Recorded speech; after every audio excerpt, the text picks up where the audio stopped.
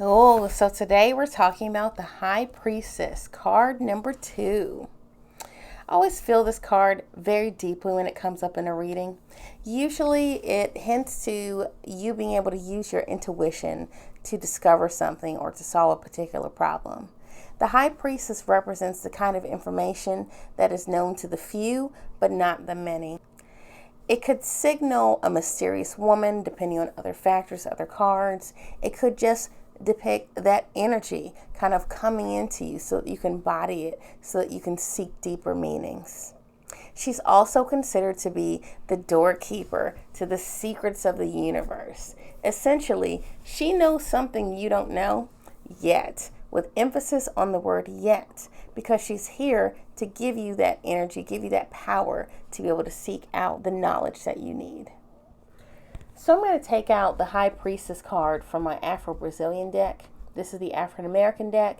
This is the Afro-Brazilian deck. They're both the High Priestess. And so that we can dig into some imagery to get a better understanding, a more concrete understanding of what's considered to be a rather elusive card.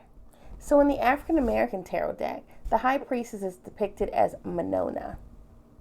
She's the goddess of fortune telling and spell making to the Fon people who live in the region around the Bight of Benin. She is said to have birthed the twin creator spirits that populated the planet. Note that she's seated on a modest throne between two pillars. On this side, on her right, there's a symbol on the pillar that translates to strength with humility. On her other side, on her left side, is a symbol that means love, safety, or security. She's also seated in front of a curtain that's said to hold the secrets to life's mysteries. And at the top of that curtain, it's lined with quatrefoils.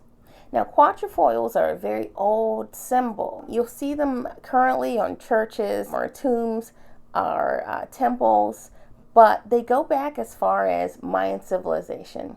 And they generally represent the different directions, north, south, east, and west, and the bringing of those things together.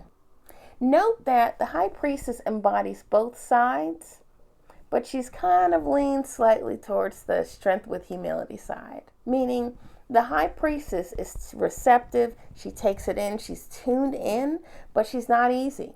And she's not especially concerned with your everyday mundane issues. She has her right foot exposed, her left foot is hidden.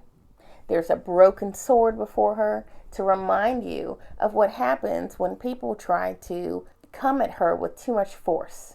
So the answers that she has, the inherent power, the wisdom, the knowledge, is something that you seek potentially or find by quieting down or by taking in words of wisdom from someone else. So what I really love is that in my Afro-Brazilian deck over here, the High Priestess card is depicted essentially as the same deity as the card from this deck.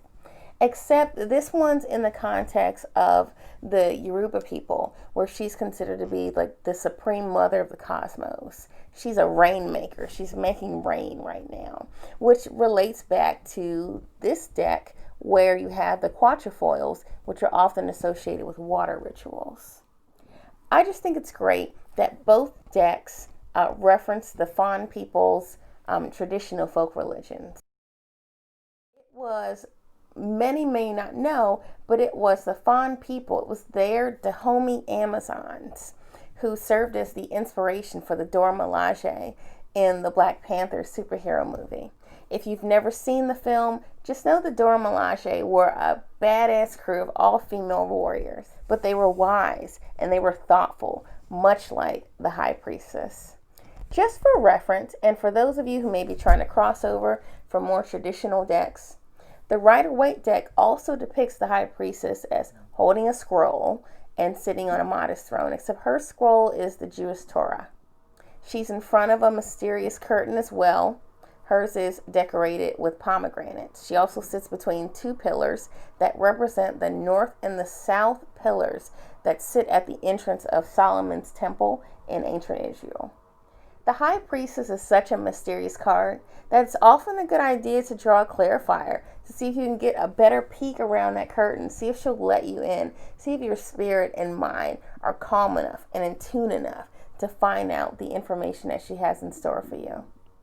When the High Priestess comes up well situated in your reading, you may not know consciously what's behind door number 1 or door number 2, but your intuition is being sharpened right now, such that you can block out anything external so that you can find the truth.